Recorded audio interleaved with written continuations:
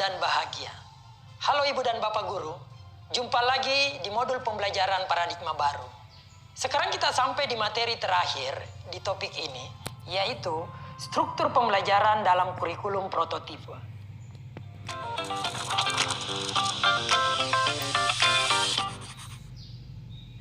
Ibu dan Bapak Guru, pembelajaran dengan paradigma baru merupakan upaya menumbuhkan pembelajar sepanjang hayat yang sesuai dengan profil pelajar Pancasila.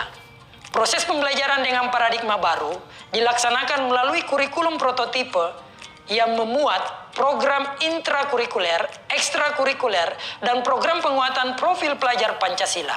Bagaimanakah pelaksanaannya pada setiap jenjang? Apa saja perubahan utama pada struktur pembelajaran kali ini?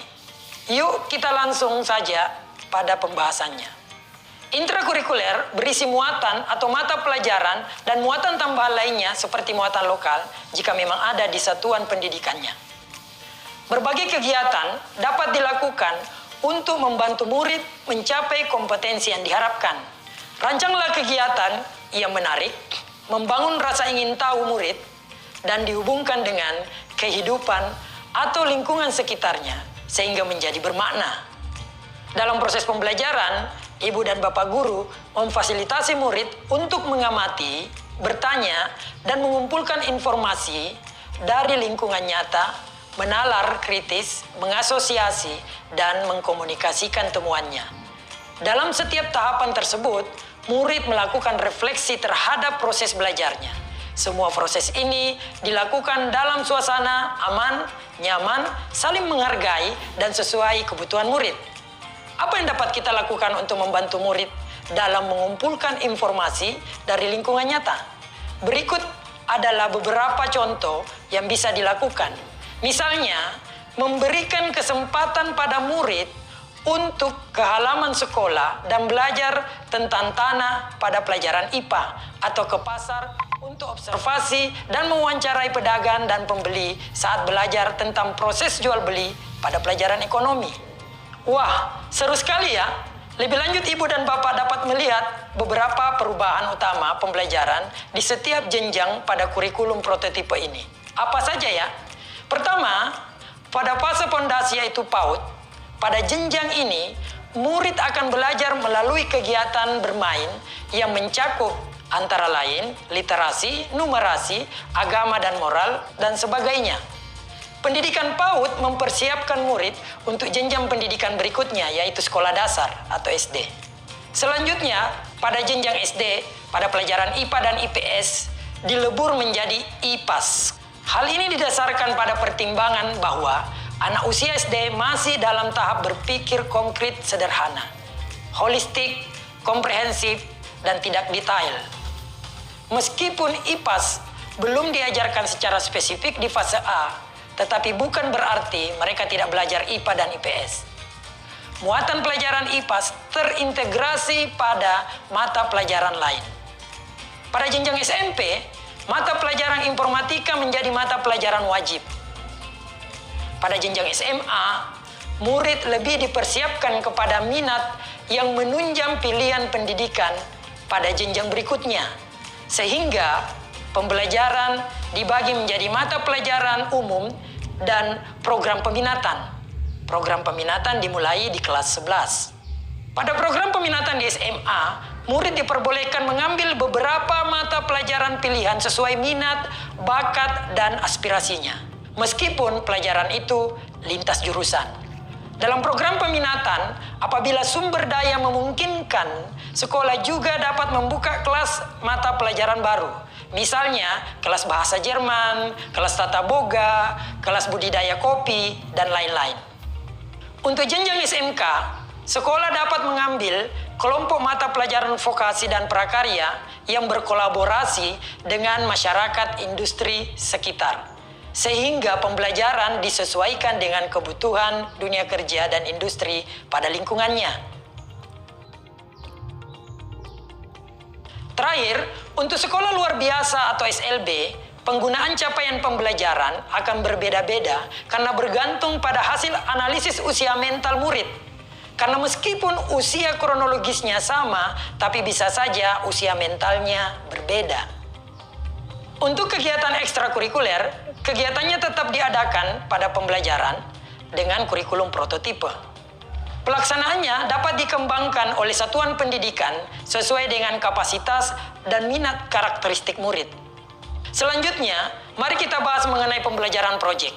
Program ini merupakan pembelajaran berbasis proyek yang ditujukan untuk penguatan profil pelajar Pancasila melalui tema yang telah ditetapkan, yaitu gaya hidup berkelanjutan, kearifan lokal, Bhinneka Tunggal Ika, bangunlah jiwa dan raganya, suara demokrasi, berrekayasa dan berteknologi untuk membangun NKRI, kewirausahaan.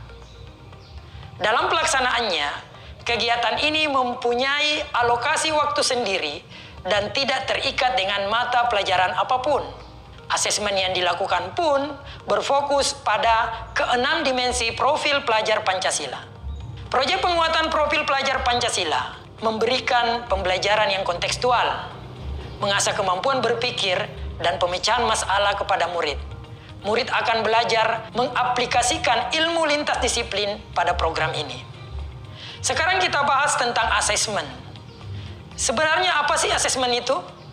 Asesmen merupakan proses pengumpulan dan pengolahan informasi untuk mengetahui kebutuhan belajar, perkembangan, dan pencapaian hasil belajar. Kita mempunyai kewenangan untuk merancang, menentukan teknik, dan waktu pelaksanaan asesmen sesuai dengan kondisi dan kebutuhan.